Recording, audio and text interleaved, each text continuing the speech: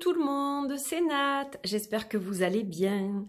Alors, je vous retrouve pour un petit vlog surprise. Vous croyez quoi, que j'allais vous lâcher pour la Saint-Valentin?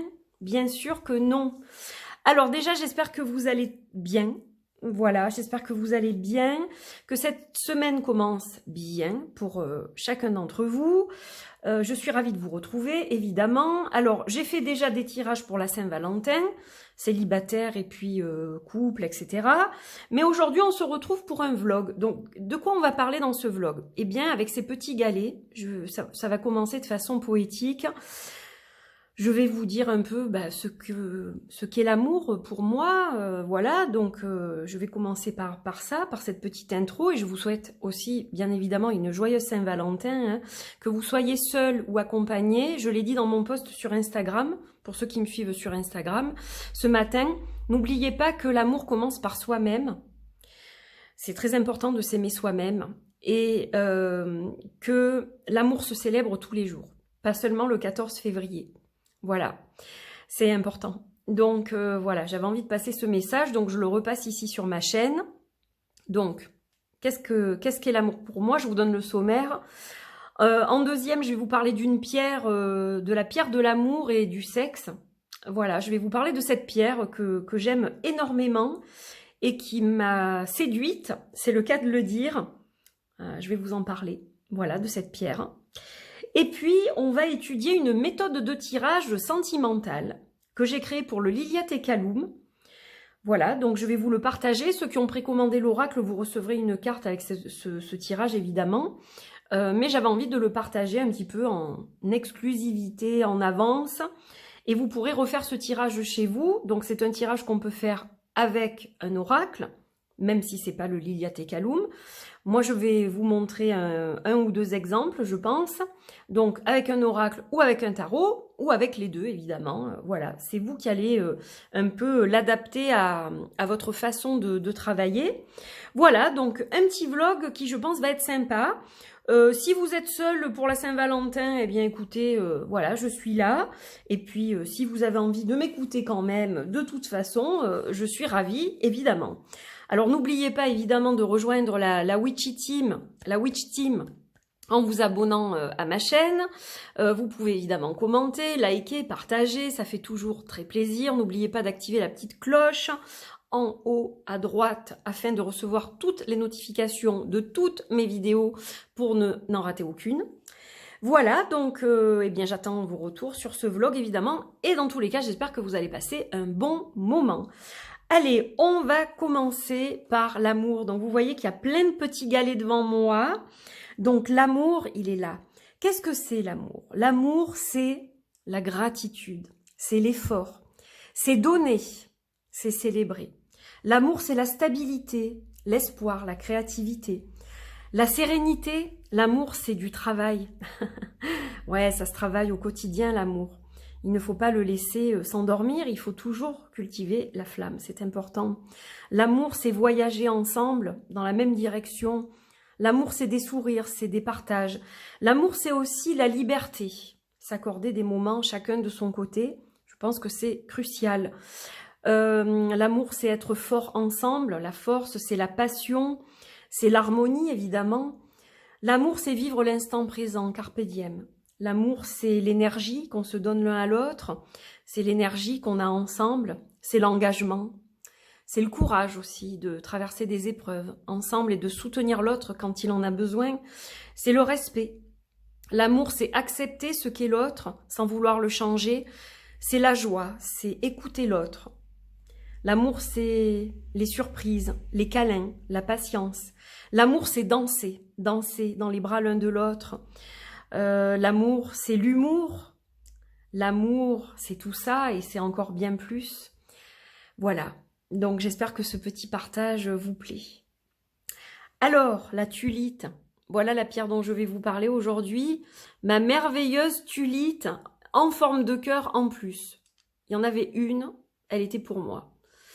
Hop, j'espère que vous allez bien la voir. Qu'est-ce que la tulite? T-H-U-L-I-T-E. C'est une zoïsite rouge. Vous savez, le rubis sur zoïsite. Voilà, une zoïsite rouge où ou Rosaline aussi, je crois qu'on l'appelle comme ça. Donc, mon cœur de la Saint-Valentin, il est là. Je me suis offert un cœur. Vous voyez? C'est quelque chose, hein. Alors, mon cœur, je vais le mettre où? Je vais le mettre au milieu de tous mes petits galets, là. Voilà, donc comme ça, vous allez pouvoir l'admirer pendant que je vous parle. Alors, la tulite, donc, c'est une pierre qui est naturelle, qui vient pour la plupart de Norvège. Hein, la mienne est originaire de Norvège. On trouve aussi des gisements, j'ai voulu aller trop vite. Des gisements, pardon, en Islande, notamment en Amérique, aux USA, en Namibie et en Autriche, au Tyrol. Voilà, plus exactement. Alors, c'est une pierre qui vient de l'île de Thulé à l'origine, qui est aujourd'hui la Norvège. Hein, voilà, l'ancienne ville de Thulé.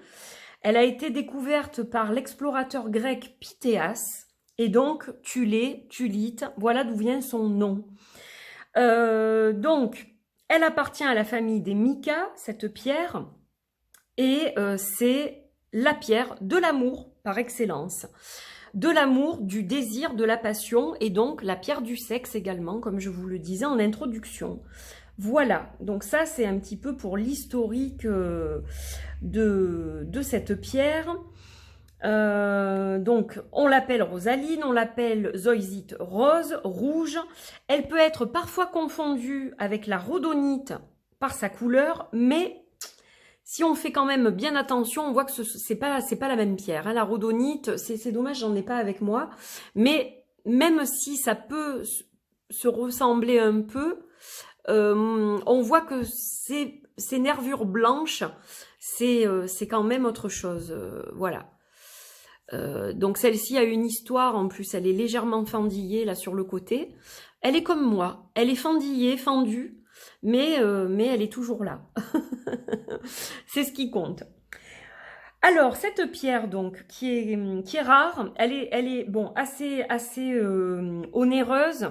Pour un cœur comme ça, il faut compter entre 20 et 30 € pour la plupart du temps. Après, si c'est au-delà de ce prix, vu la taille, bon, c'est un peu cher quand même. Mais voilà, on va dire globalement entre 20 et 30 €. Pour une pierre plus grande, ça va chiffrer tout de suite beaucoup plus, évidemment. Donc, elle est de couleur rose vif. Pourquoi elle est rose comme ça? Eh bien, tout simplement parce que il y a beaucoup de manganèse à l'intérieur et c'est ça qui fait l'intensité de sa couleur. Voilà. Plus elle va être riche en manganèse, plus elle va avoir une couleur qui va aller vraiment sur le rose vif, voire le rouge. Donc ça, c'est un petit peu pour vous expliquer le début hein, d'où vient cette pierre, un petit peu son origine. Donc la mienne, comme je vous le disais, vient de Norvège. Alors, c'est une pierre d'amour, une pierre de passion, une pierre pour la sexualité. Elle va permettre d'évacuer le stress. Elle a un puissant effet anti-stress. Elle apaise. Et elle va permettre de mieux gérer les émotions, en général. D'accord ? Donc, évidemment, elle va faire évacuer les pensées négatives, la tristesse, tout ce qui est les angoisses. Du coup, elle va agir, comment dire, sur la durée. Hein, si on la porte sur soi, par exemple, au quotidien. Alors, il faut bien la purifier, évidemment. On va en parler après. Mais c'est une pierre qui va vous permettre de retrouver un état d'apaisement assez important du fait de mieux dormir et du fait d'être moins énervé, de gérer mieux vos émotions, de mieux gérer vos problèmes, etc., etc. Donc ça, c'est intéressant. Alors, disclaimer, évidemment, une pierre ne se substitue pas à un thérapeute, hein, par exemple à une psychothérapie ou à un médecin ou à un traitement médical, d'accord ? Ça ne va pas remplacer le traitement que vous prenez ou ça ne va pas remplacer vos séances avec votre médecin ou votre thérapeute, d'accord ? Que ce soit bien clair. Mais c'est quelque chose qui va vous accompagner, ça va être quelque chose qui va être un plus pour vous aider dans vos démarches thérapeutiques. Voilà, au moins que ce soit bien clair. Mais je le mettrai aussi par écrit, évidemment, parce que bon, il y a des gens qui vont avoir tendance à tout lâcher pour ne travailler qu'avec les pierres, par exemple, mais je ne préconise jamais à mes clients d'arrêter un traitement en cours ou d'arrêter leur séance, etc. hein, évidemment. Donc voilà, donc elle est réconfortante, elle est très différente du quartz rose, qui est une pierre qui est très douce, mais qui va être plus pour l'apaisement, le calme, retrouver la sérénité, apaiser des émotions évidemment négatives, etc. Mais celle-ci, elle a aussi un pouvoir, comment vous dire, différent. Je ne sais pas comment vous dire, elle a une force, je la trouve plus forte que le quartz rose, qui est vraiment une pierre toute douce. Là, on est dans quelque chose de puissant. Je dis pas que le quartz rose ne l'est pas, mais l'envergure est différente. Je sais pas comment vous dire ça. L'énergie est différente. Donc, elle va évidemment aider pour tout ce que je viens de vous dire. Elle est associée au chakra du cœur. Ça, c'est très important, évidemment. Donc, on peut l'associer à une autre pierre qui va être plus yang, par exemple l'aventurine ou la malachite. Moi, j'ai une aventurine en forme de cœur et j'ai une smaragdite de Corse. Donc, j'aime bien les associer, voilà, l'associer à l'une ou l'autre de ces pierres-là, par exemple. Donc, si on est, par exemple, aussi un peu trop dans le yang, justement, elle va permettre de redescendre d'un étage. C'est-à-dire que si on est un peu trop dans l'ego malsain, dans l'ego, vous savez, l'ego surdimensionné, bah, elle va vous faire redescendre. Elle va vous tempérer, cette pierre-là. Donc ça, c'est super. C'est une pierre qui aide du coup à retrouver une meilleure concentration. Et Dieu sait que j'en ai besoin après le Covid. Je sais pas, mais je trouve que j'ai beaucoup plus de mal à me concentrer, ou du moins me concentrer longtemps depuis le Covid. C'est une impression que j'ai, donc elle va m'aider par rapport à ça. Et le fait qu'elle apaise, forcément, elle va vous aider à vous concentrer, évidemment. Donc, elle nous reconnecte aussi à notre vrai nous, hein, le vrai moi, le higher self, comme on dit en anglais, le moi profond et authentique. Elle permet aussi d'aider au niveau des problèmes de circulation sanguine. Elle permet de stimuler la fertilité, la fécondité, que ce soit chez l'homme, chez la femme. Elle dynamise, donc elle va lutter contre la fatigue, contre la déprime, la dépression, les fatigues chroniques, etc. Et c'est la pierre de la passion et du sexe, elle va stimuler la sexualité. Mais surtout, donc au-delà de la stimuler, elle va vous aider à vivre votre sexualité pleinement, c'est-à-dire sans tabou, et à aller vers la sexualité qui vous correspond et avec laquelle vous êtes parfaitement à l'aise. Voilà, donc elle va vous ouvrir à certaines choses sur lesquelles vous étiez peut-être fermé, mais par peur, par pudeur. Elle va vous permettre de, voilà, de vous exprimer pleinement dans votre sexualité, que ce soit vous avec vous-même ou avec votre partenaire. Voilà, dans tous les cas, c'est une pierre qui va vous ouvrir. Donc ça, c'est vraiment, je trouve ça très intéressant. Elle est vraiment, comment dire, conseillée pour l'amour, la passion et le sexe. C'est vraiment les trois principaux critères qu'on va lui trouver. Donc voilà, une pierre qui est originale et qui va vous aider sur tous ces points-là. Alors, elle est plus... elle va être plus, comment dire, destinée aux personnes qui sont du signe du Capricorne ou du Taureau ou de la Vierge. Je suis Lion, ascendant Cancer, la lune en Balance, mais elle m'attire quand même. Donc voilà, ça c'est juste pour moi un peu anecdotique, dans le sens où même si certaines pierres sont plus pour certains signes, c'est vrai, c'est pas une généralité. C'est-à-dire que il faut aller vers la pierre qui vous appelle, pas parce qu'elle est jolie, pas voilà, il faut aller vers une pierre qui vous correspond. Moi, j'ai vu, je vais vous dire comment ça s'est passé, j'ai vu sur Instagram une publication d'une personne qui montrait une tulite, mais une grande, et je ne savais pas du tout ce que c'était, je ne la connaissais pas cette pierre-là. Et quand j'ai vu cette pierre, j'ai tout de suite senti un appel du cœur, sans savoir ce qu'elle procurait ou quoi que ce soit. J'ai fait mes recherches par la suite, en fait, et en tapant Tulite sur internet, j'ai trouvé cette boutique qui avait cette pierre unique en forme de cœur comme ça. Et du coup, je me suis dit qu'elle était pour moi. Voilà, alors j'avais commandé un galet aussi chez un autre magasin sur internet.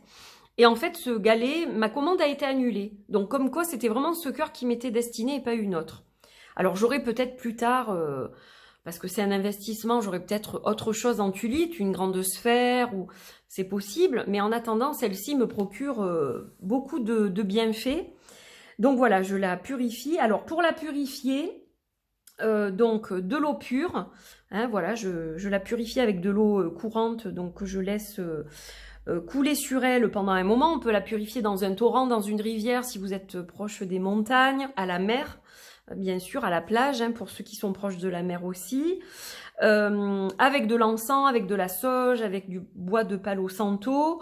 Et la pleine lune, hein, voilà, la pleine lune, donc bientôt c'est la pleine lune, je vais en profiter pour purifier tous mes cristaux. Voilà, donc elle va favoriser tout ce qui est positif, sentiments positifs, bienveillance à l'égard de soi. Elle va procurer de l'amour, donc quand on est en manque d'amour, elle va procurer de l'amour et puis elle va permettre du coup d'équilibrer le cœur aussi, hein, l'organe. Elle va aider à digérer les ruptures amoureuses et les divorces aussi. Donc c'est pas un hasard que je sois tombée là-dessus, je pense. Voilà aussi, hein, je pense qu'elle fait partie de mon parcours. Et elle va permettre, quand vous êtes dans une relation par exemple de flamme jumelle, qui est très compliquée, ou dans une relation réseaux sociaux, ou dans une relation à distance, site de rencontre, etc., et que c'est compliqué, ou dans une relation compliquée, une triangulaire, quelque chose de ce style-là,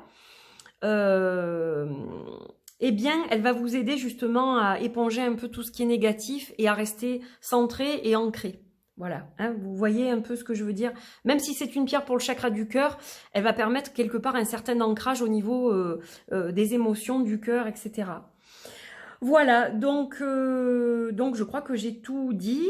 Vous pouvez évidemment passer alors, quand vous la purifiez sous l'eau, évidemment, ensuite, il faut l'essuyer, hein, voilà, et peut-être la passer dans un chiffon doux pour la faire briller un petit peu, et puis vous pouvez aussi la passer, donc, comme je vous le disais, sous de l'encens, ou de la sauge, ou du Palo Santo, voilà, la mettre aussi sur un amas de quartz, ou de cristal de roche, ou d'améthyste, ou une druse, hein, voilà, vous pouvez la purifier aussi de cette façon-là.